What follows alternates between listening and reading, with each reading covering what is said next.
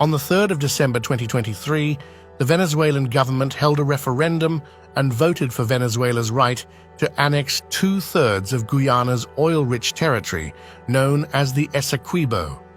Venezuelan President Nicolas Maduro ordered the creation of a new state renamed Guyana Essequibo.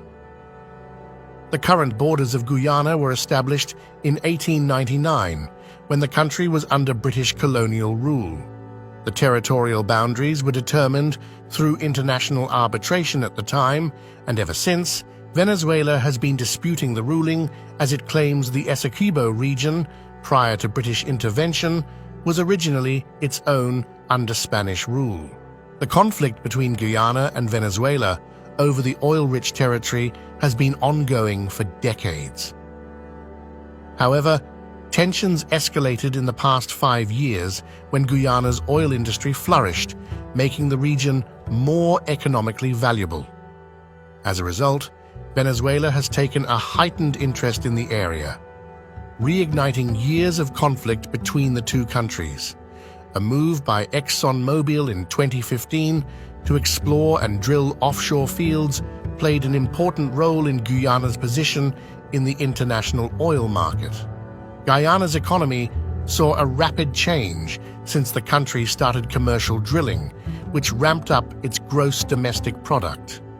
The country has also seen a surge of investments in infrastructure development since the oil discovery, yielding $1 billion $208.71 billion in annual oil revenue each year for the government, according to Offshore Technology. Venezuela has reignited claims over the Essequibo territory, triggered by Guyana's substantial discoveries, estimated at 11 billion barrels of oil equivalent.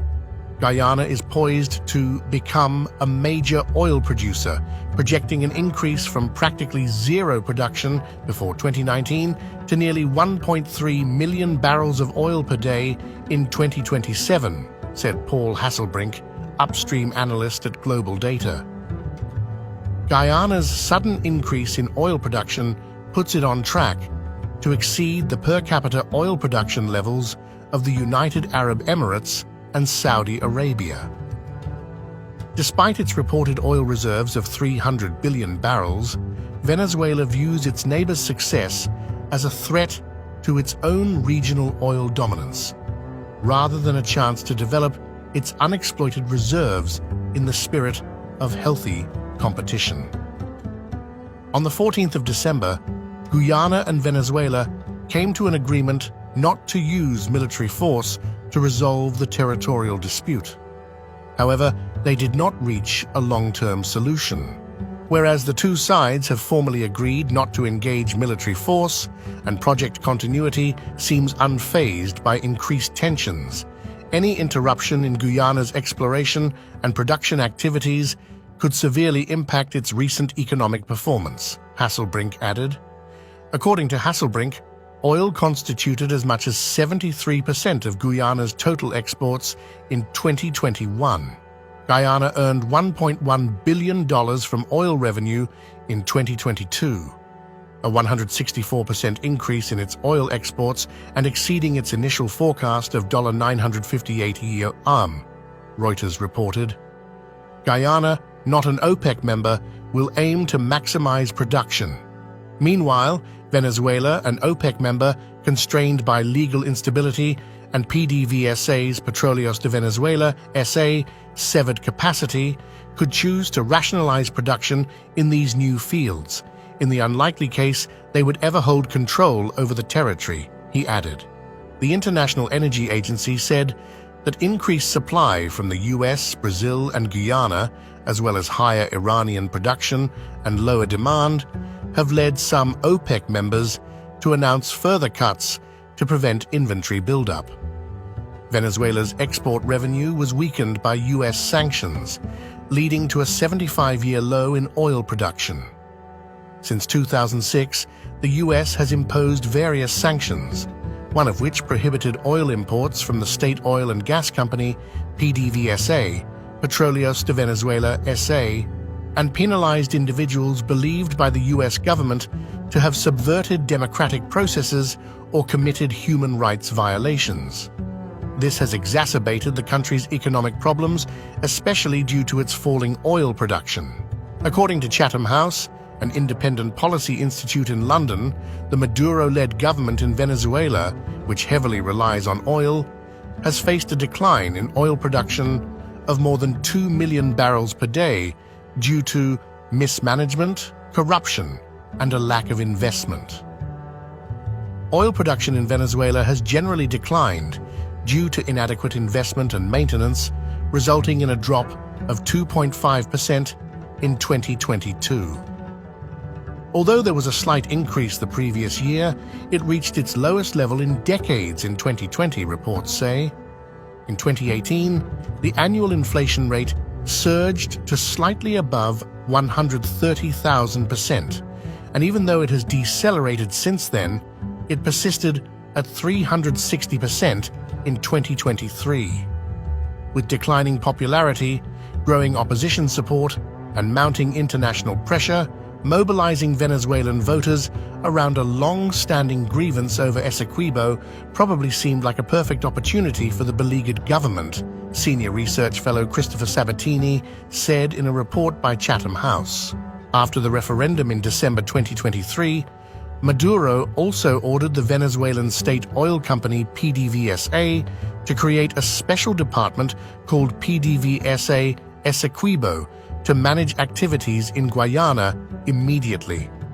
Maduro also said the PDVSA and the state-owned Venezuelan metal conglomerate will proceed to grant operating licenses for the exploration and exploitation of oil, gas, and mines in the entire area of our Essequibo. The president ordered all companies operating in the territory, including the U.S. oil major ExxonMobil, which announced its production in the Payara field offshore Guyana in mid-November, to withdraw from these operations within 3 months, despite the International Court of Justice, ICJ, in The Hague, ruling that Venezuela shall not take any actions intended to prepare or allow the exercise of sovereignty or de facto control over any territory.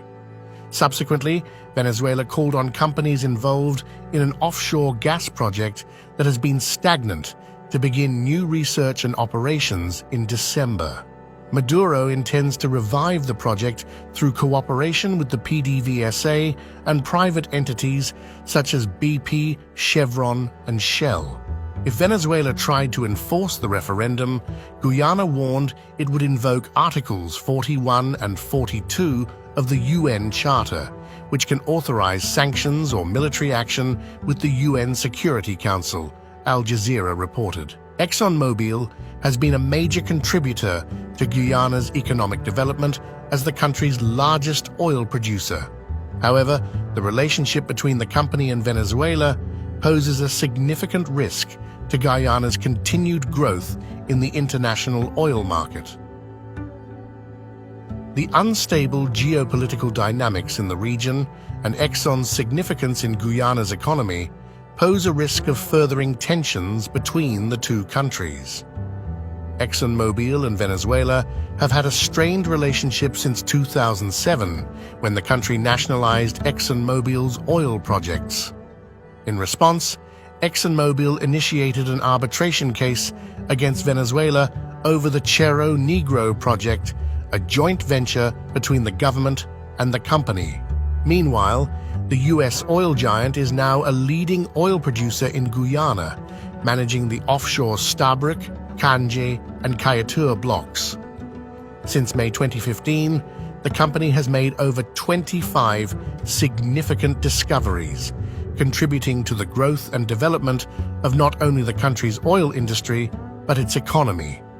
Despite the volatile circumstances, ExxonMobil has insisted on continuing its operations in the region. On the 8th of February 2024, ExxonMobil said it would explore oil in the disputed territories of Guyana, despite tensions between the two South American countries.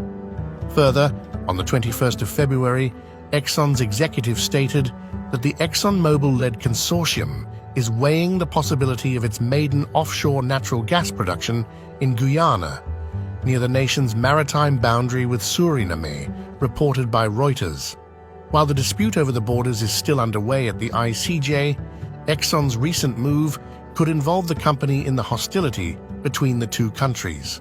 On the 21st of February, Venezuelan Vice President Delcy Rodriguez accused ExxonMobil of seeking to protect its illicit operations in a sea which is pending delimitation under the warmongering mantle of the United States in complicity with Guyana, as reported by news agency France 24.